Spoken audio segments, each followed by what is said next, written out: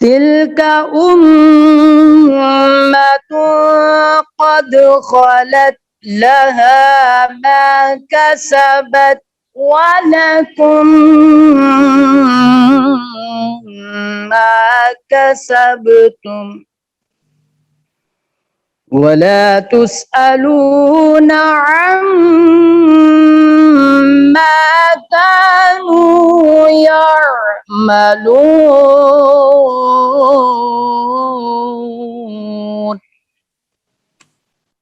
جی عبد المنان پڑھیے. تلك أمة قد خلت لها ما كسبت ولكم ما كسبتم ولا تسألون عما كانوا يعملون.